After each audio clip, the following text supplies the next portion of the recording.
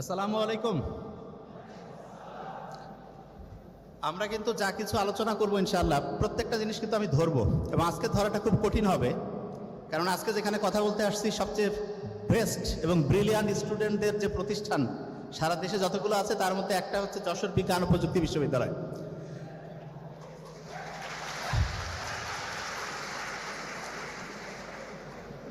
তা আমি কিন্তু প্রত্যেককে বলবো খাতা কলম থাকলে নোট করব, ঠিক আছে, নাহলে খেয়াল হারিয়ে ফেলবো। কারণ আমরা যে কথাগুলো ইনশাল্লাহ আজকে আলোচনার মধ্যে নিয়ে আসবো হয়তোবা সারা জীবন আর নাও শুনতে পারি, হয়তোবা ইনশাল্লাহ, বাকিটা আল্লাহ ভরসা। এই জন্য প্রথম থেকে আমি যা কিছু বলবো আমি কিন্তু জিজ্ঞাসা করবো, হ্যাঁ। এই জন্য প্রত্যেকেই খাতা কলম নিয়ে খুব সুন্দর করে, এবং সায়েন্সের যেহেতু বেশিরভাগ শিক্ষার্থী রয়েছে আমার মনে হয় যে খুব অসাধারণ একটা পারস্পরিক কমিউনিকেশন হবে, এক গ্রুপের সাথে আরেক গ্রুপের খুব চমৎকার একটা মেলবন্ধন হবে। কথা কি ঠিকভাবে শোনা যাচ্ছে? ওকে। ইঁদুরকে আমরা চিনি তো, ইঁদুর ইংলিশ কি এটার? Very nice. সারা পৃথিবীতে যত গবেষণা হয় তার বেশিরভাগ গবেষণা মানুষের শরীরে কেমন প্রভাব ফেলবে তার আগে ইঁদুরের শরীরে টেস্ট করা হয়। তো অনেকের মাথায় একটা প্রশ্ন আসতে পারে যে এত প্রাণী থাকতে ইঁদুর নিয়ে কেন মানুষ গবেষণা করে মানুষের শরীরে গবেষণার আগে? যে কাউকে যদি আমি জিজ্ঞেস করি, কেউ কি এটা বলতে পারে যে কি কারণে মানুষের শরীরে গবেষণার আগে ইঁদুর নিয়ে গবেষণা হয়? কারণটা কি? হ্যাঁ, কি বলছেন? আচ্ছা, ভেরি নাইস। বলেছে মানুষের সাথে ইঁদুরের জেনেটিক মিল আছে। উত্তরটা ঠিক আছে, ভেরি নাইস। আর কেউ কিছু বলবে? এনিওয়ান? মানুষের? ও, ভেরি নাইস। আচ্ছা, এবার দেখি আমরা একটু মিলাই নেই। ইঁদুর মানুষ দুইটাই হচ্ছে স্তন্যপায়ী প্রাণী, এটা ঠিক আছে, ওকে ফাইন। স্তন্যপায়ী প্রাণী এই পৃথিবীতে মেলা আছে। ইঁদুর নিয়ে গবেষণা হয়েছে একটি কারণ, প্রধান একটি কারণ, সেটা কি জানেন? আমরা যদি কোনো শরীরে কোনো খারাপ কিছু যায়, আমাদের শরীর যদি সেটাকে পছন্দ না করে তারপরে আমরা বমি করে ফেলে দিই না? একটা জিনিস শরীরে পছন্দ হচ্ছে না, বমি করলাম, শরীর থেকে চলে গেল।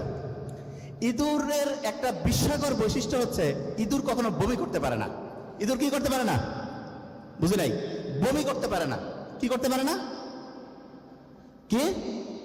বমি।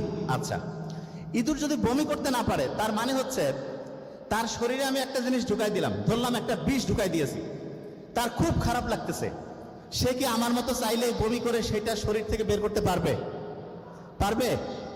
তাহলে তার শরীরে ওই খারাপ জিনিসটার প্রভাব কেমন হচ্ছে সেটা বোঝা বিজ্ঞানীদের জন্য খুব সহজ হয়। এই কারণে মানুষের শরীরে কোনো একটা জিনিসের গবেষণা করার আগে সবচেয়ে গুরুত্বপূর্ণ ভূমিকা পালন করে ইঁদুর। এই জন্য ইঁদুরকে একটু থ্যাংক ইউ দেওয়া উচিত, প্রত্যেকে থ্যাঙ্কস জানাই তাকে।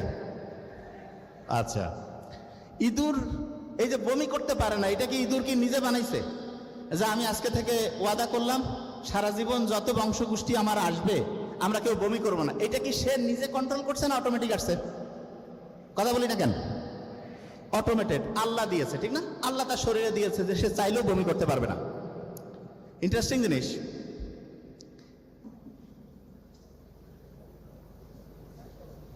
আমরা যখন পৃথিবীতে আসছি, আসার পরে বড় হতে হতে আমাদের দেখা যায় 15 বছর, 18 বছর, 20 বছর লাগে। ইঁদুরের ছোট থেকে বড় হতে, বড় বলতে কি, যে সময় সে প্রজননক্ষম হয়, এটা মাত্র 21 দিনের মতো লাগে। কতদিন? 21 দিন। কতদিন? 21। তার মানে হচ্ছে একটা ইঁদুরের উপরে যদি আমি গবেষণা করি, সে বমি করতে পারছে না, মাত্র 3 সপ্তাহে সে প্রজননক্ষম হচ্ছে, তারপরের জেনারেশন আসতেছে, এবং একটা ক্ষতিকর জিনিস তার শরীরে কিরকম প্রভাব ফেলতেছে, এবং এর পরের বংশধর যে ইঁদুর আসতেছে তার শরীরে কিরকম প্রভাব ফেলছে, এটা খুব দ্রুততার সাথে আমরা আবিষ্কার করে ফেলতে পারি। তাহলে ইঁদুরের সবচেয়ে সেরা প্রথম বৈশিষ্ট্য, ইঁদুর কি বমি করতে পারে কি পারে না? পারে। কতদিনের মধ্যে ইঁদুর প্রজননক্ষম হয়? কতদিন? আচ্ছা, আল্লাহ যে এই পৃথিবীতে আছে এটা কিন্তু আমরা কেউ কোনোদিন, মুসা নবী বাদে কেউ কি দেখছে এই পৃথিবীতে যে কালকে আল্লাহ দেখলাম? ইকো হচ্ছে। আচ্ছা, কালকে আল্লাহ দেখলাম ওই জায়গায় যে আল্লাহ আসি সালাম দিল, আসসালামু আলাইকুম, তারপরে তো আমি বিশ্বাস করলাম। এটা নবী স্পেশাল লোক ছাড়া কারো কি এইখানে কেউ আছে নাকি যে আল্লাহ দেখছে? হাত উঁচু করেন তো, কেউ আল্লাহ দেখছে এরকম আছে? নোবডি। একটা জিনিস আমরা দেখি না, তখন আমাদের মাথায় আসে যে আসলে এটা আছে না নাই, এটা সত্যি না মিথ্যা, এটা আসলে একটা প্রশ্ন আসে। আচ্ছা, আপনারা কি জানেন যে এই জায়গাতে অনেক হচ্ছে যে ফেরেশতা আছে? বিশ্বাস করেন কিনা? করেন। দেখছেন কেউ ফেরেশতা দেখছেন? আচ্ছা, অনেক শয়তানও আছে, মানুষরূপী না, সত্যিকারের শয়তান আছে। তারা খুব খোঁচর মোচর করতেছে যে থাকতে ভালো লাগতেছে না। দেখছেন কেউ শয়তান? দেখছেন সরাসরি? নো। আচ্ছা, জিন আছে না এখানে? কেউ কি দেখছেন? অনেকের মাথায় বোধহয় একটা প্রশ্ন যে এগুলা তো আমরা দেখতে পারি না, এটার কারণটা কি? অনেকের মাথায় একটা প্রশ্ন আসে না যে জিন দেখি না, তারপরে ফেরেশতা দেখি না, শয়তানও দেখি না, এটার কি কোনো সায়েন্টিফিক ব্যাখ্যা আছে? আছে। শুনলে অবাক হয়ে যাবেন যে কি করেন আপনি, সায়েন্টিফিক ব্যাখ্যা আছে? হ্যাঁ। আচ্ছা, আপনারা যে দই দেখছেন না, দই, আপনি কি জানেন দইয়ের মধ্যে এক রকমের ব্যাকটেরিয়া থাকে যেটা আমার শরীরে গেলে খাবার হজমের প্রক্রিয়াটা খুব গতিশীল করে? খালি চোখে কেউ কি দেখতে পাইছেন যে ভাই এই ব্যাকটেরিয়া? দেখতে পাইছেন কেউ? নো। কিন্তু আমরা মাইক্রোস্কোপ দিয়ে যখন দেখি তখন বুঝতে পারি যে হ্যাঁ, এর ভিতরে এই ব্যাকটেরিয়াটা আছে। আল্লাহ এত সায়েন্টিফিক। আপনি চিন্তা করেন তো, সামনে একটা জিন আপনি দেখতে পাচ্ছেন, 10টা ফেরেশতা, আপনি হাঁটতে চলতে ইতস্তত করবেন না? এই সামনে গেলে বোধহয় একটা ধাক্কা লেগে যাবে, এরকম হইতো না? আল্লাহ এমনভাবে ডিজাইন করছে, আমাদের দেখার একটা নির্দিষ্ট ক্যাপাসিটি আছে। নির্দিষ্ট একটা কি আছে? ক্যাপাসিটি। বিজ্ঞান এখন পর্যন্ত যেটুকু আবিষ্কার হয়েছে সেটাতে দেখা যায় টোটাল যে 100%, তার মধ্যে আমাদের চোখ দেখতে পারে হাইয়েস্ট 4%। কত কত?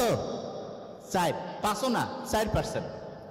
বাকি 96% বিজ্ঞান বলতেছে আমরা দেখতে পারি না, কিন্তু বিজ্ঞান বলতেছে বাকি 96% আছে। এবং যেটা আমরা দেখতে পাই না, আচ্ছা যেই জায়গাটা আমরা দেখি না সেটাকে কি আমরা আলো বলি না অন্ধকার? হ্যাঁ, অন্ধকার। অন্ধকারের একটা ভালো ইংলিশ হচ্ছে ডার্ক। অন্ধকারের একটা ভালো ইংলিশ কি? ডার্ক। এই জন্য যেই জিনিসটা এরকম দেখা যাচ্ছে না কিন্তু আছে, বিজ্ঞানীরা জানে কিভাবে বের করছে, সেটা আমরা আবিষ্কার করবো ইনশাল্লাহ। সেই জিনিসগুলোর একটা স্পেশাল তারা নাম দিয়েছে, ডার্ক ম্যাটার, ডার্ক এনার্জি। কি নাম বলেন তো? Dark matter, dark energy. আচ্ছা, আমরা দেখতে পাই কয় পার্সেন্ট? 4%। আচ্ছা, আপনি আমাকে বলেন তো, বিজ্ঞান বলতেছে আমরা দেখতে পাই মাত্র 4, দেখতে পাই না 95 থেকে 96%। এটা তারা মানে, কিন্তু জিন আছে, ফেরেশতা আছে, তারপরে ওইটা শয়তান আছে। কোন বিজ্ঞানী কি আজ পর্যন্ত বলছে যে আমরা স্বীকার করে নিয়েছি জিন আছে, ফেরেশতা আছে, শয়তান আছে? কোন জায়গায় আর্টিকেল আসছে? আসে নাই। আচ্ছা, এখন প্রশ্ন হলো যে ভাইয়া বিজ্ঞানীরা তো এটা এখনো বলে নাই, আল্লাহ বলছে যে আছে, তাহলে আমরা কোনটা বিশ্বাস করব? কোনটা বিশ্বাস করব? এই জায়গাটা আমরা আসব, কিন্তু আমরা যুক্তি দিয়ে দেখব যে আসলে কোনটা বিশ্বাস করা উচিত। আচ্ছা, আমাকে বলেন তো, এই পৃথিবীটা মানে যে জায়গায় আমরা থাকি, এইটা তৈরি হয়েছে প্রায় 450 কোটি বছর আগে। কত বছর আগে? 450 কোটি বছর আগে। আচ্ছা, আপনার আমার বয়স বেঁচে থাকলে 100, 150, 200, 100 বছরের পরে হইলে ধরেন 10 গুণ বাড়াইলাম 1000 বছর, আরো 10 গুণ বাড়াইলাম 10,000 বছর, আরো 10 গুণ বাড়াইলাম 1 লাখ বছর, 10 লাখ বছর, 1 কোটি বছর, 10 কোটি বছর, 100 কোটি বছর, 1000 কোটি বছর, এরকম হয় না? তা বিজ্ঞানীরা বলতেছে এই পৃথিবীটা তৈরি হয়েছে প্রায় 450 কোটি বছর আগে। কত বছর আগে? আচ্ছা, অনেকের মাথায় একটা প্রশ্ন আসে যে 450 কোটি বছর আগে আবিষ্কার হয়েছে, ওই সময় কি মানুষ টানুষ ছিল? ছিল নাকি কেউ যে 450 কোটি বছর আগে মানুষ ছিল?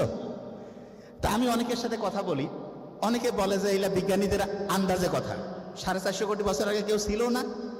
ভোট যদি চুরি হয় রাতের আধারে, তো 450 কোটি বছর আগে লোকে ছিল না, তাহলে আসলে কি হয়েছে নাই কে জানে? ঠিক না? এরকম প্রশ্ন আসে না? এই কথা কন না কেন, মাথায় আসে না? আচ্ছা, আপনারা আজকে নিজে সব বের করে ফেলবেন যে 450 কোটি বছর আগে পৃথিবী যে তৈরি হয়েছে এটা সত্যি না মিথ্যা, সেটা আমরা এখনই আবিষ্কার করব। যে কিভাবে করবেন? খুব মজার একটা জিনিস আছে। ধরা যাক এই ভাইয়ের পকেটে 1000 টাকা আছে। কত টাকা? 1000। আমি বলছি যে এই ভাইয়ের পকেট থেকে অটোমেটিক 1000 টাকা অর্ধেক হইলে কত টাকা হবে? কত? 1000-এর অর্ধেক কত? 500। আল্লাহ দেখেন কত সায়েন্টিফিক। পৃথিবীতে বিভিন্ন মৌলিক পদার্থ আছে, বিভিন্ন উপাদান আছে, এগুলোর অর্ধায়ু বলে একটা জিনিস আছে। অর্ধায়ু, অর্ধায়ুটাকে আমি সহজ করে বলি। ধরা যাক এনার পকেটে 1000 টাকা আছে, 1 সপ্তাহ পরে এনার পকেটে টাকাটা অর্ধেক হয়ে যাবে। তাহলে এনার 1000 থেকে অর্ধেক হওয়ার যে টাইমটা, এইটাকে বলে অর্ধায়ু। কি বলে বলেন তো? অর্ধায়ু। তা আল্লাহ বিভিন্ন জিনিসের অর্ধায়ু কত, এটা আমরা বিজ্ঞানীরা বের করতে পারি। ইন্টারেস্টিং জিনিস। ধরা যাক এই মোবাইলটা, এই যে মোবাইলটা আছে না, খুব ইম্পর্টেন্ট জিনিস কিন্তু। এই যে মোবাইলটা, এই মোবাইলটার মধ্যে মনে করেন একটা কয়লা আছে। কি আছে বলেন তো? কয়লা। কয়লা। এই কয়লাটা আজ থেকে ধরা যাক যে 10,000 বছর পরে কেউ এই মোবাইলটা খুঁজে পাইছে।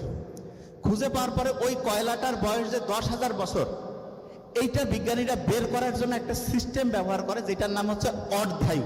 কি নাম বলেন তো? আচ্ছা, আপনারা স্ত্রীকে অর্ধাঙ্গিনী বলে না? এইরকম শব্দটার সাথে অর্ধায়ু। কি নাম? অর্ধায়ু। আচ্ছা, এবার শুনেন, খুব ইম্পর্টেন্ট কিন্তু, ধরবো আমি কিন্তু। আপনারা কি জানেন পৃথিবীর প্রথম মানুষের নাম কি? আদম। এখানে আপনাদের আমি একটা বুদ্ধি শিখাই দিব। আপনারা বলেন তো, এই যে আমরা যখন ছোটবেলায় লিখতাম, লেখার সময় 1 পৃষ্ঠায় লিখতেছি, তার পরের পৃষ্ঠায় যাতে লেখাটা যায়, একটা পেপার ব্যবহার করতাম, কার্বন পেপার না? কি নাম? Carbon paper. ওই কার্বনের, এই কার্বন যে, সেইটাকে আমরা এখন থেকে বোঝার জন্য আদমের সাথে তুলনা করব। এটা কোনো বইয়ে নাই, কিন্তু আমি যেটা করছি এটা মাথায় নেন। কার্বনের সাথে কার তুলনা? এই কথা কন না কেন? আদম। এখনো মাথায় ঢুকে নাই, ঢুকবে। আচ্ছা, আমাকে বলেন তো, একটা পুরুষ সর্বোচ্চ কয়টা বিয়ে করতে পারে? আমি বলছি না যে করতে হবে, কয়টা? 4টা। আচ্ছা, আদমের সাথে যে স্ত্রী ছিলেন আদম আলাইহিস সালামের সাথে, তার নাম কি ছিল? হাওয়া। বানানটা বাংলা হওয়া দিয়ে না? হওয়া দিয়ে একটা মৌলিক পদার্থ আছে, হাইড্রোজেন। কি নাম? তাইলে কার্বন মানে আদম। আমি এখন থেকে যখন বলবো বলতে হবে কার্বন মানে কি? আদম। কার্বন মানে আদম। হাওয়া মানে হাইড্রোজেন। হাওয়া মানে কি? সায়েন্সের স্টুডেন্ট যারা, একটু হাত উঁচু করবেন। একটা কার্বন সর্বোচ্চ কয়টা হাইড্রোজেন নিতে পারে? কয়টা? বিজ্ঞানীরা আবিষ্কার করছে একটা কার্বন সর্বোচ্চ কয়টা নিতে পারে? 4টা। খুব ইম্পর্টেন্ট জিনিস কিন্তু। আচ্ছা, যে জায়গায় ছিলাম, কার্বন যে আছে না, এর একটা টাইপ আছে, আপনার সহজ করে বোঝার জন্য। তার নাম হচ্ছে কার্বনের যে টাইপ। আচ্ছা বলেন তো, এই যে চাঁদ 28 দিনে একটা সাইকেল পূরণ করে না? চাঁদ 28-এর অর্ধেক কত? কত? 14। কার্বনের 14 নামে একটা টাইপ আছে। আচ্ছা আচ্ছা, কার্বনের 14 যে আছে না, কার্বনের একটা টাইপ, কার্বন 14, এইটার অর্ধায়ু। তার মানে এ যেই অবস্থায় ছিল তার অর্ধেক হইতে টাইম লাগে 5730 বছর। গড়ে আপনি ধরবেন 6000 বছর। কত? কত? আচ্ছা, আমরা যদি 100 বছর বাঁচি, আমাদের অর্ধায়ু কত? 50। একটা লোক 200 বছর বাঁচে, তার অর্ধায়ু কত? কত? কার্বনের যে একটা টাইপ, কার্বন 14, এইটার অর্ধায়ু প্রায় কত বছর? কত? 6000 বছর। মুহাম্মদ সাল্লাল্লাহু আলাইহি ওয়াসাল্লাম কতদিন আগে পৃথিবী থেকে প্রায় বিদায় নিয়েছেন? কতদিন? 1500 বছর আগে। শুনেন আগে, খুব ইন্টারেস্টিং। কার্বনের অর্ধেক হইতে লাগতেছে 6000 বছর। এই মোবাইলটার মধ্যে আমরা একটা কার্বনের টুকরা পাইছি। কার্বনের টুকরা পেয়ে আমি দেখলাম যে এটা ধরেন প্রথম যখন ছিল তখন ছিল 1000, তারপর আমি যখন মোবাইলটা পেলাম তখন দেখি কার্বনের ওই জিনিসটা 500 হয়ে আছে। তাহলে বলেন তো, এটা অর্ধেকে পরিণত হয়েছে না? অর্ধেকে পরিণত হয়েছে। তার মানে ওই যে কার্বনটা ছিল কতদিন আগের থেকে ক্ষয় হওয়া শুরু হয়েছে? আপনারা তো অনেক ভালো বুঝছেন। কতদিন আগের থেকে? অনেকে যদি না বুঝেন আবার বুঝবেন, আমি সহজ করে বলতেছি। যে কোনো একটা জিনিসের অর্ধায়ু, তার মানে যেই টাইমে সে অর্ধেক হয়, যেই টাইমে কি হয়? অর্ধেক। কার্বন 14, এইটার অর্ধায়ু হচ্ছে প্রায় 6000 বছর। কত? এক্স্যাক্টলি 5730, কিন্তু প্রায় 6000। আচ্ছা, এবার শোনেন, আপনার মনে হবে যে প্রায় 6000 বছর, তাই এইটা দিয়ে আমরা বের করতে পারি 50,000 বছর পর্যন্ত হিসাব বের করতে পারি। তাহলে অনেকের মাথায় একটা প্রশ্ন আসবে যে 50,000 বছর পর্যন্ত বের করি, তাহলে পৃথিবীর তো 450 কোটি, এটা কিভাবে করছে? পারমাণবিক বোমা বানায় একটা মৌলকে ব্যবহার করে, তার নাম ইউরেনিয়াম। ওই যে সেকেন্ড পার্সন ইউ আছে না, তার সাথে নাম ইউরেনিয়াম। নামটা বলেন তো কি নাম? ইউরেনিয়াম। ইউরেনিয়াম যে অর্ধায়ু, মানে এর যে অর্ধেক লাইফ, এইটা হচ্ছে প্রায় 450 কোটি বছর। কত বছর? 450 কোটি বছর। তা বিজ্ঞানীরা আমাদের এই যে পৃথিবী, এইখানে বিভিন্ন শিলাখণ্ড আছে, পাথরের টুকরা আছে, গাছের মধ্যে বিভিন্ন জিনিস পেয়েছে, সেইখানে দেখছে যেই ইউরেনিয়ামটা পাইছে সেইটা ঠিক অর্ধায়ু অবস্থায় আছে। কোন অবস্থায়? অর্ধায়ু। তার মানে ওর অর্ধেক লাইফ অবস্থায় সে আছে।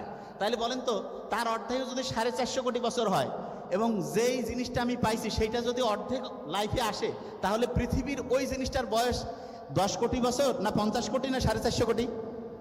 কত? 450 কোটি বছর। এটা বুঝছেন? মানে অসাধারণ ব্যাপার। এটা বিজ্ঞানের একটা জটিল জিনিস, আপনারা বুঝছেন? আলহামদুলিল্লাহ বলি, আলহামদুলিল্লাহ। ব্রেন তার মানে সবার খুব পরিষ্কার আছে। আমি টেস্ট করলাম যে ব্রেনটা বুঝতে পারতেছে কিনা, কতটুকু পর্যন্ত সায়েন্স আমরা বলবো। আচ্ছা, এবার শুনেন, কার্বন মানে কি? কার্বন মানে আদম, হাওয়া মানে হাইড্রোজেন।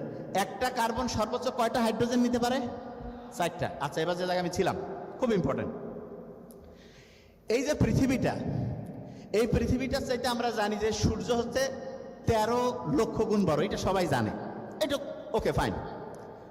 এই যে আলোটা দেখতেছেন না, এই আলো 1 সেকেন্ডে যদি পৃথিবীর চতুর্দিকে চক্কর লাগায়, গোটাল পৃথিবীটা প্রতি সেকেন্ডে সে 7 বার চক্কর লাগাইতে পারে। 1 সেকেন্ডে জাস্ট ঘড়ি ধরলেন, 1 সেকেন্ড হইল, সারা পৃথিবীটা সে 7 বার চক্কর লাগাইল।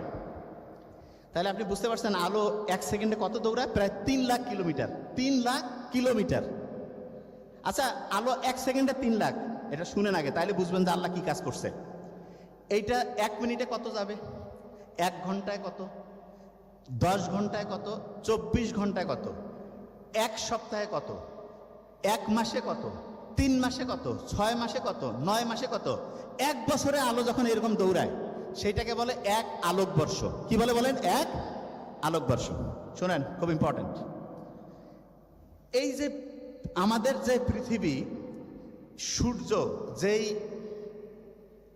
মিল্কি ওয়ের মধ্যে আছে, যেই ছায়াপথের মধ্যে আছে, এই ছায়াপথের এই পাশ থেকে এই পাশ, ধরেন যে আমি এইখানে আছি, এইখান থেকে ওইখানে আমার রাস্তাটা পার হইতে ধরেন 10 মিনিট লাগবে। তা যেই আলো 1 সেকেন্ডে 3 লাখ কিলোমিটার দৌড়ায়, এইটা আমরা যে সৌরজগতে আছি, সেই সৌরজগতের এই পাশ থেকে এই পাশের আলো যাইতে বলেন তো কতক্ষণ টাইম লাগতে পারে? জাস্ট আমরা যে পৃথিবীর এই জায়গায় আছি, কতক্ষণ টাইম লাগতে পারে? কি 1 মাস লাগবে? 1 বছর? 10 বছর? 100 বছর? 1000 বছর? 10,000 বছর? 1 লক্ষ বছর লাগবে। আমরা যেই মিল্কি ওয়ের মধ্যে আছি, এইখানে আলো এক পাশ থেকে আরেক পাশে যাইতে লাগবে 1 লক্ষ বছর। আপনার কি মাথায় ঢুকতেছে? যে জায়গাটা আমরা আছি, মানে আপনার গ্রাম, এই গ্রামটা, এই যে জায়গায় আমরা পৃথিবী সৌরজগৎ আছে, এখানে 1 লক্ষ বছর লাগবে এই জায়গা থেকে এই পাশ থেকে এই পাশে আলোর যাইতে। আচ্ছা, যে কাউকে জিজ্ঞেস করি, এইরকম এই যেটা এক পাশ থেকে আরেক পাশে আলোর যাইতে 1 লক্ষ বছর লাগে, এইরকম কতগুলো গ্যালাক্সি, কতগুলো ছায়াপথ পৃথিবীতে থাকতে পারে? 100টা হবে? 1000? 10,000? 1 লক্ষ? 10 লাখ? 1 কোটি? 10 কোটি? 100 কোটি? 1000 কোটি? 10,000 কোটি? 1 লাখ কোটি? শুনলে অবাক হয়ে যাবেন, এইরকম 2 লক্ষ কোটি, 2 লক্ষ কোটি গ্যালাক্সি ছায়াপথের সন্ধান বিজ্ঞানীরা পাইছে। এবং বিজ্ঞানীরা বলতেছে এইটা আমরা যেটা দেখছি তার সামান্যতম অংশ মাত্র, সামান্যতম। এই সামান্যতম অংশের ব্যাখ্যা যখন আপনি দেখবেন, মাথাটা তার সব, যে ভাই আমরা তাইলে দুনিয়ার কোন জায়গায় বসে আছি? 2 হাত জমি নিয়ে মারামারি, হ্যাঁ 500 বিঘা জমি, 1000 বিঘা, ভাই আপনি 1 ফোঁটা পানিও না, নাথিং। তাইলে আল্লাহ কি বানাইছে এটা বুঝতে পারছেন তো? আচ্ছা, এবার দেখেন ইন্টারেস্টিং জিনিস, এবার দেখেন একটা ইন্টারেস্টিং জিনিস। আচ্ছা, আপনি চিন্তা করেন তো, আল্লাহ এরকম পাওয়ারফুল, এরকম পাওয়ারফুল আল্লাহ, এত যার সাম্রাজ্য, উনি একটা চিঠি লিখতেছেন, ধরেন যে একটা বই লিখতেছেন, এবং সেই বইটা কোনো প্রেসে ছাপায় নাই, উপর থেকে শুনেন আগে মন দিয়া, এখন আমরা যাচ্ছি। আল্লাহ কি বুঝছেন তো, একটু আইডিয়া হয়েছে। উনি হচ্ছে জিবরাইল আলাইহিস সালামের মাধ্যমে বিভিন্ন নবীদেরকে বিভিন্ন বই দিয়ে দিলেন, আসমানি কিতাব, আসমান থেকে আসছে। যেমন নীলখাতে যদি কোনো বই বানায় বলে নীলখাত, যদি কোথাও অক্সফোর্ড থেকে ছাপায় যে অক্সফোর্ড ইউনিভার্সিটির প্রেস থেকে বের হয়েছে, তাই এটা আসমানি কিতাব। এইরকম ধরেন যে যত আসমানি কিতাব আছে তার মধ্যে আমরা একটা নিয়ে শুধু আলোচনা করি, সেটা হচ্ছে কোরআন। এই কোরআনটা আল্লাহ যে লিখছে, আপনি চিন্তা করেন যে এরকম পাওয়ারফুল হবে, তিনি যে জিনিসটা লিখবেন সেটা কি আপনার আমার মতন হবে? এটার মধ্যে তো এমন কিছু জিনিস দেওয়া লাগবে যেটা অন্য কেউ চিন্তার মধ্যে আনতে পারবে না। কিরকম? কোরআনের মধ্যে আল্লাহ দুইজনের তৈরি হওয়াকে, দুইজনের সৃষ্টি হওয়াতে একটা মিল রাখছেন। তার মধ্যে একজন হচ্ছে প্রথম যে মানুষ, কার্বন, কি নাম? আদম। আরেকজন আছে যেটা হচ্ছে ঈসা নবী, ঈসা আলাইহিস সালাম। তাহলে আল্লাহ কোরআনের মধ্যে এই দুই বিজ্ঞানীর তৈরি হওয়াটা আল্লাহ ভিন্নভাবে হয়েছে এটা বলছে। এই দুই নবীর তৈরি হওয়াটা আল্লাহ বলছে ভিন্নভাবে। দুই নবীর তৈরি হওয়াটা কিভাবে হয়েছে? ভিন্নভাবে। আদম আলাইহিস সালাম, ঈসা আলাইহিস সালাম দুইজন ভিন্নভাবে তৈরি হয়েছে। আপনি যে অবাক হবেন, কোরআনে আদম এবং ঈসা এই দুইজনের কথাই 25 বার করে আসছে। কতবার? বুঝেন নাই? আচ্ছা আচ্ছা, বলেন তো আদম আলাইহিস সালামকে যে আল্লাহ তৈরি করছে, আদম আলাইহিস সালামের কোনো বাবা মা কেউ আছে? আছে? আল্লাহ ফু দিলেন, সেখান থেকে আদম নবী মানে মাটি থেকে, সেখান থেকে হচ্ছে জান আসলো, রূহ ফুঁকে দিলেন, তারপরে হচ্ছে আদম চলে আসলো। ঈসা নবী আমরা জানি যে ওনার মরিয়মের শরীরে পেয়েছি, বিবি মরিয়ম আলাইহিস সালামের শরীরে। ঈসা আলাইহিস সালামের বাবার নাম কেউ জানে? আছে? তাহলে দেখেন তো আদম যেভাবে তৈরি হয়েছে, ঈসা এইভাবে তৈরি না? ইন্টারেস্টিং জিনিস। এই যে আমাদের শরীরের একটা দেহের অংশ নিয়ে, দেহের একটা অংশ নিলাম, নিয়ে যদি আমি একটা মানুষ তৈরি করি, এইটাকে বিজ্ঞানের ভাষায় বলে ক্লোনিং বলে। কি বলে বলেন তো? কি বলে? ক্লোনিং। আচ্ছা থামেন আগে। আচ্ছা বলেন তো, এই যে আমাদের শরীর থেকে একটা কোষ নিল, নিয়ে আমাদের শরীর থেকে নিয়ে, ধরেন যে আমার শরীর থেকে নিল, নিয়ে যদি একটা মানুষ বানায় ঠিক আমার মতো হবে, ঠিক আমার চেহারা, এবং এই জিনিসটাকে বিজ্ঞানীরা বলে ক্লোনিং। কি বলে? ক্লোনিং। ক দিয়ে নামটা বলেন তো কি? ক্লোনিং। ক্লোনিং ওই যে কয় না ক্লোন মোবাইল, মানে মোবাইলের নকল, এরকম ক্লোনিং। তা আমি যখন মেডিকেল কলেজে পড়তাম, আমার বড় ভাই একবার বলতেছে, নাবিল, মানুষ তো মানুষকে বানাই ফেলছে। কিভাবে? যে এই যে ক্লোনিং করে দেখো যে একজনের শরীর থেকে একটা দেহকোষ নিল, ঠিক ওই রকম একটা লোক বানাই ফেললো। চিন্তা করেন, কিন্তু এটা কিন্তু মানুষটা এখন পারে। তা আমি অনেকটা বললাম যে ভাই দেখেন, আল্লাহ কিন্তু মানুষের শুরুটাই করছে ক্লোনিং দিয়ে। বুঝছে কিরকম? দেখেন আল্লাহ ক্লোনিং করলো কিরকম করে, দেখেন খুব ইন্টারেস্টিং। আল্লাহ একটা শরীরের যে কোনো একটা অংশ নিল, ফু দিল, আদম হইল। মরিয়ম, যে বিবি মরিয়ম, তার শরীরে একটা ফু দিল, সেখানে ঈসা নবী হইল। আচ্ছা ইন্টারেস্টিং জিনিস। ও এখানে আমি একটা জিনিস বলি আগে, এখানে একটা জিনিস বুঝতে পারেনি। হাওয়া আলাইহিস সালাম যে আছে না, হাওয়া, হাওয়া নবী, আর কি বলে, কি বলছি আমি, হাওয়া নবী বলছি। আদম আলাইহিস সালামের যে স্ত্রী হাওয়া, ওনাকে তৈরি করা হয়েছে কিসের উপর ভিত্তি করে? আদম আলাইহিস সালামের শরীরের একটা অংশ থেকে হাওয়াকে তৈরি করছে না? আর বিবি মরিয়ম ওনার শরীরের একটা অংশ থেকে তৈরি করছে ঈসা আলাইহিস সালাম। আমরা যদি এখানে যে কোনো একটা পুরুষের শরীর থেকে একটা অংশ নেই, নিয়ে যদি একটা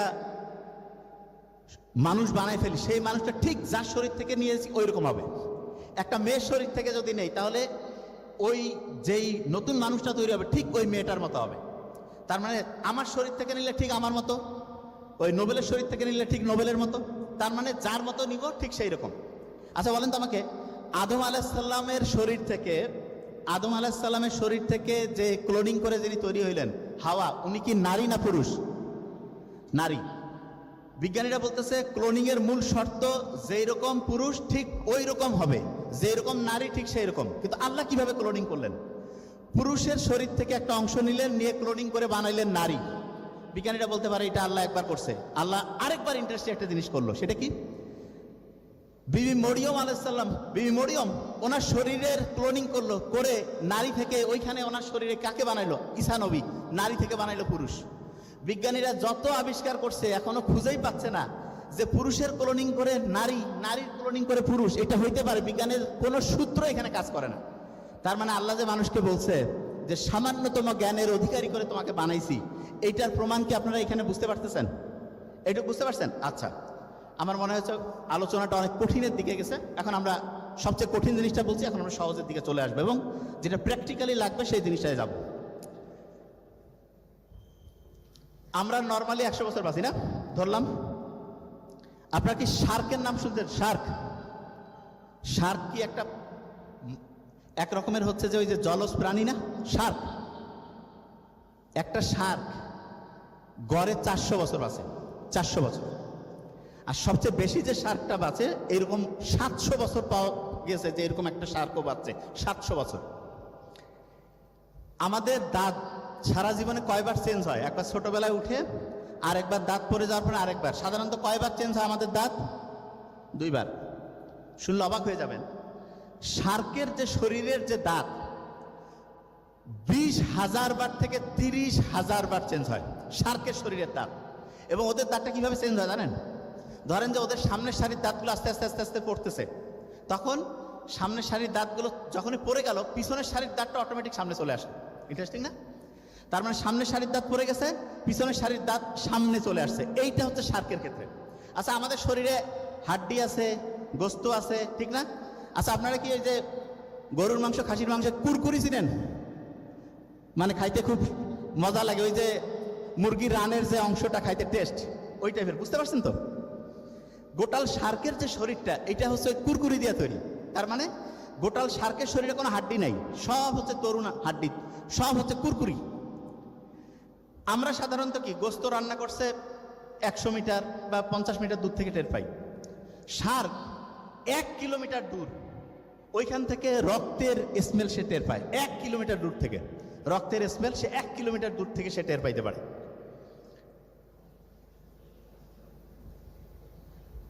সমুদ্রের মধ্যে নীলতিমি থাকে না? আচ্ছা বলেন তো, নীলতিমি কি মাছ না স্তন্যপায়ী প্রাণী? স্তন্যপায়ী। একটা নীলতিমি একবার যখন বাচ্চাকে দুধ খাওয়ায়, 200 থেকে 300 লিটারের মতো দুধ খাওয়ায়। এবং সে যে দুধ খাওয়ায়, নীলতিমির শরীরের দুধটা কিভাবে করে জানেন? সে হচ্ছে ওই যে আমরা যেমন বডি স্প্রে করি না, এরকম ওই তার শরীর থেকে ওই দুধটা সে হচ্ছে বাচ্চার শরীরে স্প্রে করে। তা আপনার নর্মালি কি মনে হবে? নীলতিমি তো থাকে হচ্ছে পানির মধ্যে। পানিতে আপনি যদি একটা হচ্ছে এই যে গরু দুধ যদি হচ্ছে দেন, তাহলে ওই দুধটা পানিতে মিশে যাবে না? আল্লাহ কি সায়েন্টিফিক! নীলতিমির যে শরীরে যে দুধটা তৈরি হয়, সেইটার 40 থেকে প্রায় 60% হচ্ছে ফ্যাট। আর আমাদের এই যে গরু, ছাগল, এগুলো শরীরে যে দুধ পাওয়া যায়, এগুলো 8 থেকে 10% ফ্যাট। যে ভাইয়া ফ্যাট হইলে লাভটা কি? ফ্যাট মানে চর্বি। বলেন তো, চর্বি আর পানি একটা আরেকটার সাথে কি মিশে কি মিশে না? তেল আর জল মিশে কি মিশে না? তার মানে নীলতিমির শরীরে যে দুধটা তৈরি হয়, সেটার 40 থেকে 60% হচ্ছে ফ্যাট। এবং এই কারণে ওইটা পানিতে মিশে না। নীলতিমির বাচ্চা সুন্দরভাবে খেয়ে আস্তে আস্তে বড় হতে থাকে। আচ্ছা, এখানে যারা আমরা আছি, এখানে যারা আছি, প্রত্যেকের শরীর থেকে একটা রশ্মি নির্গত হয়। রশ্মি, আমাদের শরীর থেকে যে রশ্মিটা নির্গত হয়, সেটার একটা স্পেশাল নাম আছে, TIR। কি নাম বলেন তো? বলেন। TIR একটা রশ্মি নির্গত হয়। আচ্ছা, চাঁদ যে আল্লাহর নবী যখন দ্বিখণ্ডিত করছেন, রশ্মি মানে হচ্ছে তার মধ্যে একটা শক্তি আছে, শক্তি।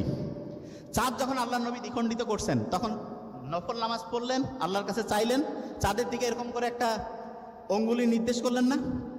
আচ্ছা, অঙ্গুলি যখন নির্দেশ করছে, ওইখানে কিন্তু আল্লাহ কিভাবে করছে এটা আল্লাহ জানেন। কিন্তু আমরা এখন বিজ্ঞান বুঝতে পারি এইটুকু, যে আমাদের শরীর থেকে প্রতি মুহূর্তে রশ্মি নির্গত হচ্ছে, এবং সেই রশ্মির একটা শক্তি আছে। আমাদের প্রত্যেকের শরীর থেকে যে রশ্মিটা নির্গত হয়, এইটা হচ্ছে 100 ওয়াটের মতো। কত ওয়াট? 100 ওয়াট। ধরেন যে একটা লাইট, 100 ওয়াটের বাল্ব যেই তাপ দেয়, আপনার প্রত্যেকটা মানুষের শরীর থেকে পূর্ণবয়স্ক অবস্থায় 100 ওয়াটের মতো তাপ তৈরি হয়।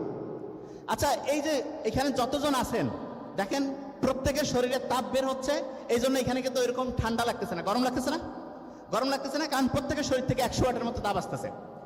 তা আমাদের শরীর থেকে যে প্রতি মুহূর্তে টিআইআর রশ্মি নির্গত হয়, এক রকমের আইআর রশ্মি, আল্লাহ নবী যখন অঙ্গুলি নির্দেশ করছেন, এই রশ্মিটা নর্মালি 100 ওয়াট দিয়ে তো আর চাঁদের কিছুই হবে না, কিন্তু আল্লাহ যদি চান এরকম কি করতে পারেন না যে সেই রশ্মিটার কম্পাঙ্ক আল্লাহ এমন বাড়াই দিয়েছে, যে এত বহুগুণে শক্তিশালী করে দিয়েছে যে ওইটা যে চাঁদের যে গোটাল কাঠামো, সেই কাঠামোটা ভাঙতে পারেন। আচ্ছা এক্সাম্পল দিই, সমুদ্রের মধ্যে পানি আছে, পানির মধ্যে যখন উচ্ছ্বাস তৈরি হয়, জলোচ্ছ্বাস হয়, সবকিছু ভেঙে চুরে চুরমার করে নিয়ে যায় না সমুদ্রের পানি? তো তা আল্লাহ যদি চান যে মুহাম্মদ সাল্লাল্লাহু আলাইহি ওয়াসাল্লামের প্রত্যেকের শরীর থেকে বের হয় একটা রশ্মি, তা মুহাম্মদ সাল্লাল্লাহু আলাইহি ওয়াসাল্লাম ওই সময় যখন অঙ্গুলি নির্দেশ করলেন, আল্লাহ যদি চান ওইটা তো লক্ষ লক্ষ কোটি কোটি গুণ বাড়াই দিয়ে, ওই যে শক্তি, সেই শক্তি দিয়ে বহু গুণ বাড়াইতে হবে। ইচ্ছে করলে কিন্তু আল্লাহ ওই চাঁদকেও দ্বিখণ্ডিত করতে পারেন। আল্লাহু আকবার বলবেন না? সূর্য যে আছে না, সূর্য প্রতি সেকেন্ডে প্রায় 600 মিলিয়নের মতো করে জ্বালানি সে খরচ করতেছে। 600 মিলিয়ন টন জ্বালানি সে খরচ করতেছে। এবং সেইটার যে শক্তি, সেইটা দিয়ে আমরা কি সারা দুনিয়ার সবাই দেখা যাচ্ছে শরীরকে গরম করতেছি, রোগ প্রতিরোধ ব্যবস্থার সাথে ফাইট করতেছি। এই জিনিসটা হচ্ছে, তা আমি যে জিনিসটা প্রথমে বোঝানোর চেষ্টা করছি যে আমাদের আল্লাহর কোয়ালিটি, আল্লাহর শক্তি সম্বন্ধে সামান্য কিছু জিনিস দিয়ে আমরা এক্সাম্পল দিয়ে মিলাইছি। এখন আমরা প্রত্যেকে চাই যে আমাদের লাইফটা যাতে খুব প্রোডাক্টিভ হয়, ঠিক না? প্রোডাক্টিভ লাইফের জন্য কয়েকটা ফর্মুলা বলবো, এই কয়েকটা ফর্মুলার সাথে সাথে লিখবো খুব দ্রুত। বলেন তো, ইসলামী দিনটা শুরু হয় কি ফজর থেকে না মাগরিব থেকে? প্রত্যেকটা দিন আমরা শুরু করবো মাগরিব থেকে। কি থেকে বলেন তো? মাগরিব থেকে প্রত্যেকটা দিন শুরু হবে। তার মানে প্রত্যেক দিন মাগরিবের নামাজের পরে রুটিন করব, তারপরের দিন মাগরিব পর্যন্ত রুটিনটা থাকবে প্রত্যেক দিন। দ্বিতীয় হচ্ছে প্রত্যেক দিন 4 থেকে 5টা ঘন্টা টাইম ব্লক করবো যে এই টাইম এটা করবো, এবং মাথায় রাখতে হবে একটা না পড়বো না, প্রত্যেক ঘন্টায় সর্বোচ্চ 20 মিনিট থেকে 25 মিনিট একটা না পড়বো। এরকম প্রত্যেক ঘন্টায় মিনিমাম 2টা সেকশন, 2টা আলাদা ভাগ করে পড়বো। এবং যখন আমরা পড়ার সময় একটা মৌলিক বুদ্ধি মাথায় রাখবো, সেটা কি? আমরা যখন পড়তেছি না, পড়ার সময় বাম হাতটা মুষ্টি করে ধরেন, বাম হাতটা মুষ্টি করে ধরবো যখন আমরা পড়বো একটা জিনিস। যখন আমি রিভিশন দিব তখন বাম হাতটা মুষ্টিটা ছেড়ে দিলাম, ডান হাতটা মুষ্টি করে ধরবো। রিভিশন দেওয়ার সময় কোনটা? ডাইন হাত মুষ্টি করে ধরবো রিভিশনের সময়। খেয়াল থাকবে। রাতে ঘুমানোর আগে রিভিশন, সকালে ঘুম থেকে উঠে রিভিশন। প্রত্যেক ঘন্টায় বুক ভরে একটু শ্বাস নেন,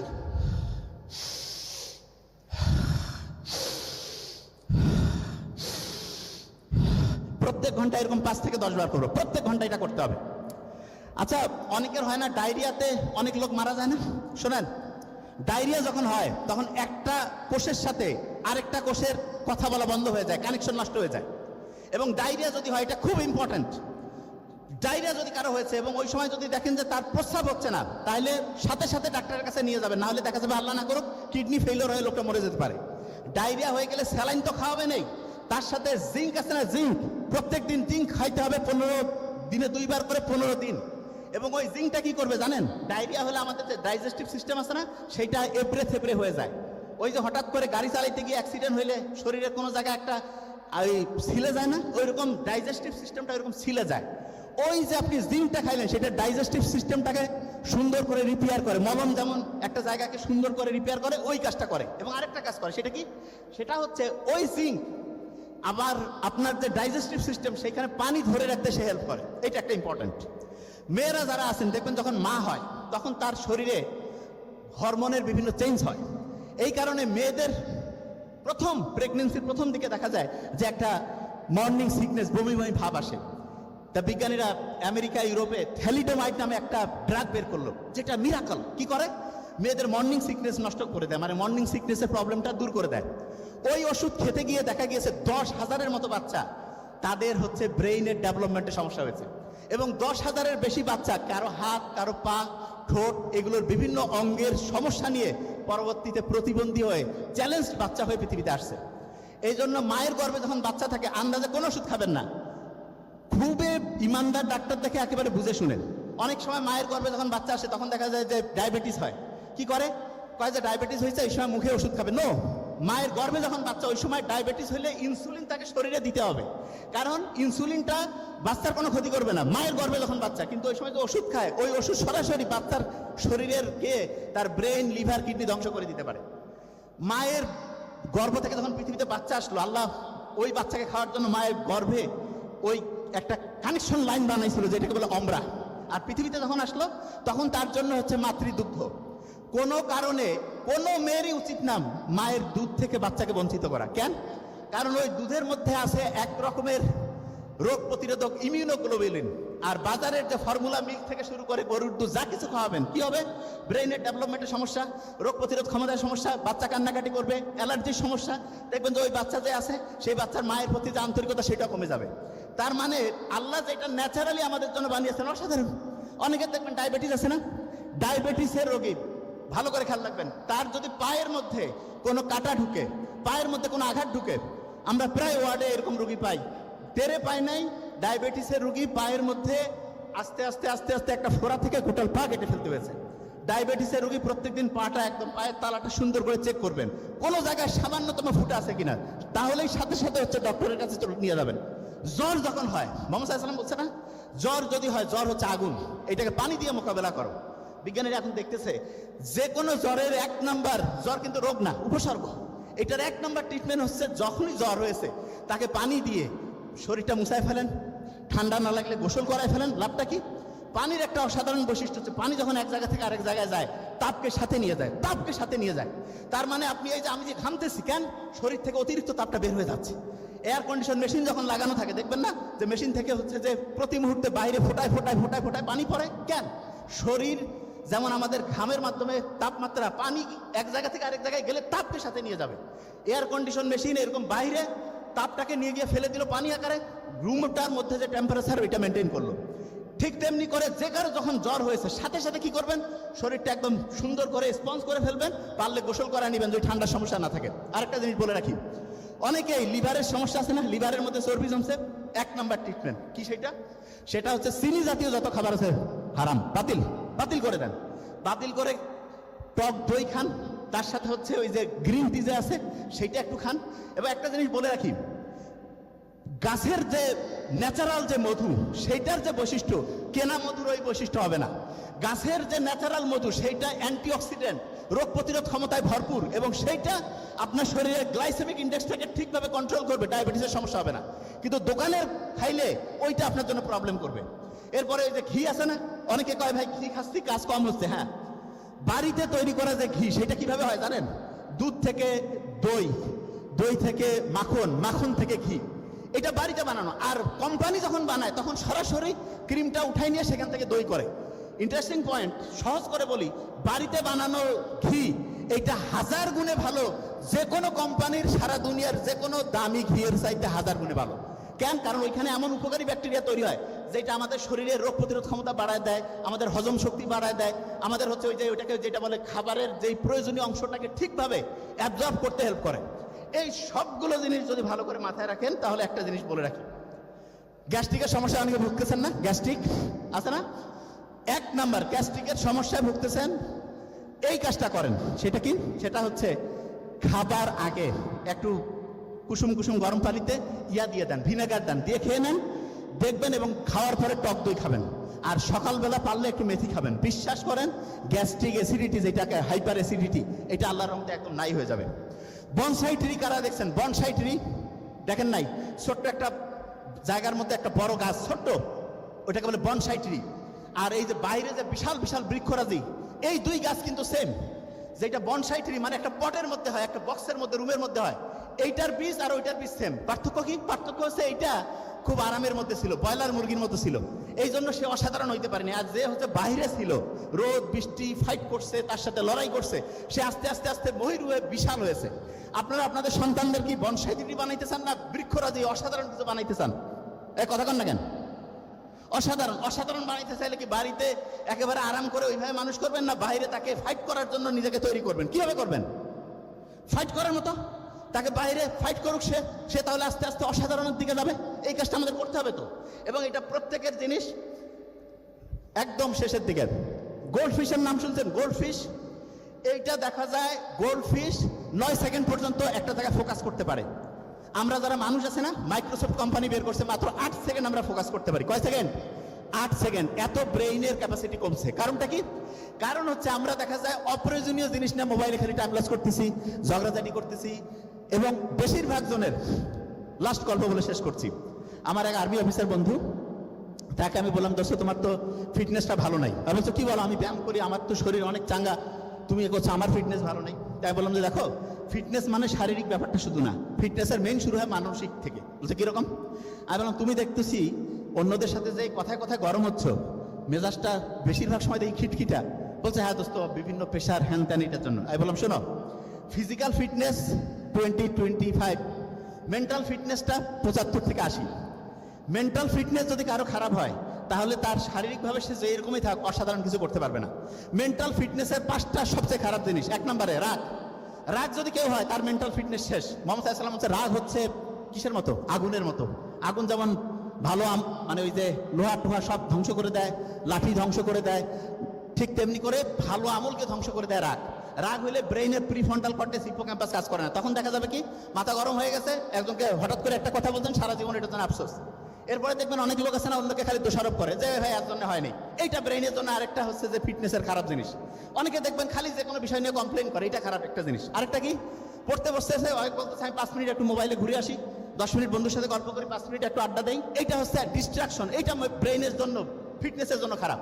আরেকটা কি, ইগো, অহংকার। অনেকে কয় না, হ্যাঁ ভাই আমি অমুক, ওরটা কেন শুনি লাগবে, ওরটা কেন দেখি লাগবে, এরকম বলে। কিন্তু ইগো, অহংকার, আল্লাহ বলছে অহংকার হচ্ছে আমার চাদর। যে ব্যক্তি অহংকার করে, সে আমি আল্লাহর চাদর নিয়ে টানাটানি করে। এইটা থেকে বিরত থাকতে হবে। আমরা যারা এখানে আছে, আমাদের শরীর কি মাটি থেকে তৈরি না? কোথা থেকে তৈরি হয়েছে? মাটি। শুনেন, মাটি দুর্বল হয়েছে, এই জন্য মানুষ দুর্বল হয়েছে। আমরা এখন মাটির থালাতে বাসায় কারা কারা খাই? হাত উঁচু করেন তো। মাটির পাত্রে কারা কারা খাই? 2-4টা, এতগুলোর মধ্যে 2-4টা। Very nice, very nice. আচ্ছা, মাটির হচ্ছে প্লেটে কারা কারা খাই? মাটির ইয়াতে কারা কারা রান্না করে? শুনেন, ব্রেইন যদি 1 নাম্বার করতে চান, মাটির সব কিছু করেন। যে ভাই কিরকম? ছোট বাচ্চাকে মাটিতে গড়াগড়ি করান। এই যে ফর্মুলা মিল্ক যে আছে, এই যে বাজারের যে, ওইটার মধ্যে আয়রন কম থাকে, বাচ্চা রোগ প্রতিরোধ ক্ষমতা কম, ফাইট করতে পারে না, বাচ্চা আস্তে আস্তে ধ্বংসের দিকে আগায় যায়। তাহলে এগুলো থেকে বাঁচার পর থেকে মাটির সাথে যান। প্রত্যেকদিন মাটিতে হাঁটাহাঁটি করেন, বাচ্চাকে মাটিতে ফেলে দেন। অনেকে কোটিপতির ছেলে মেয়ে কয় বাচ্চাকে আমি ননির পুতুল বানাবো, শেষ, বনসাই ট্রি হবে। যদি অসাধারণ বানাইতে চান, তাকে বাইরে রাখেন, মাটিতে রাখেন, রোদে রাখেন, বৃষ্টিতে রাখেন, ফাইট করবে, রোগ প্রতিরোধ ক্ষমতা বাড়বে, অসাধারণ বাচ্চা তৈরি হবে। বুঝতে পারছেন? আর সবসময় মুভমেন্টের মধ্যে থাকবেন। মুভমেন্ট হলে হয় কি, ব্রেন থেকে একটা জিনিস তৈরি হয়, ব্রেন ডিরাইভ নিউরোট্রপিক ফ্যাক্টর। এইটা যখন তৈরি হবে, তখন আপনার ব্রেনটা খুশি লাগবে। এই যে যারা বাউল সঙ্গীত আছে না, গাঁজা খায়, গাঁজা খাইলে তার ওইখানে ও একটা আলাদা রাজ্য তৈরি হয়। ওই রাজ্যে সে রাজা, ওই রাজ্যে সে হচ্ছে মন্ত্রী, সে ঘুরতেছে ফিরতেছে, কি করছে আল্লাহকে উল্টা পাল্টা বলতেছে, পাগলা, মেইন পাগল। এবং যারা গাঁজাখোর বাউলের গ্রুপ, এদের কাউকে কোনো রকমের লাইসেন্স দেওয়া উচিত না। লাইসেন্স পাওয়ার একটা মূল শর্ত, কোনো ড্রাগের সাথে অ্যাডিক্টেড থাকাই যাবে না। এই জিনিসটা সবচেয়ে গুরুত্বপূর্ণ, ঠিক আছে? আর স্টুডেন্ট যারা আছো, লাস্ট, তোমাদের জীবনে 3 রকমের বন্ধু পাবা। কিছু বন্ধু আছে গাছের পাতার মতো, সুসময় আসলো, দুঃসময় নাই। কিছু বন্ধু আছে ওই কাণ্ডের মতো, একটু কষ্ট হইলে থাকবে, খুব বেশি কষ্ট হইলে পালাবে। আর কিছু বন্ধু আছে রুট, মূলের মতো। এই বন্ধু কারা? আব্বা আম্মা, ভাই বোন। এরা হচ্ছে তোমার জীবনের সত্যিকারের বন্ধু। এদের সাথে যদি তোমার কানেকশন হয়, তোমার জীবনটা অসাধারণ হবে। Thank you so much. আসসালামু আলাইকুম।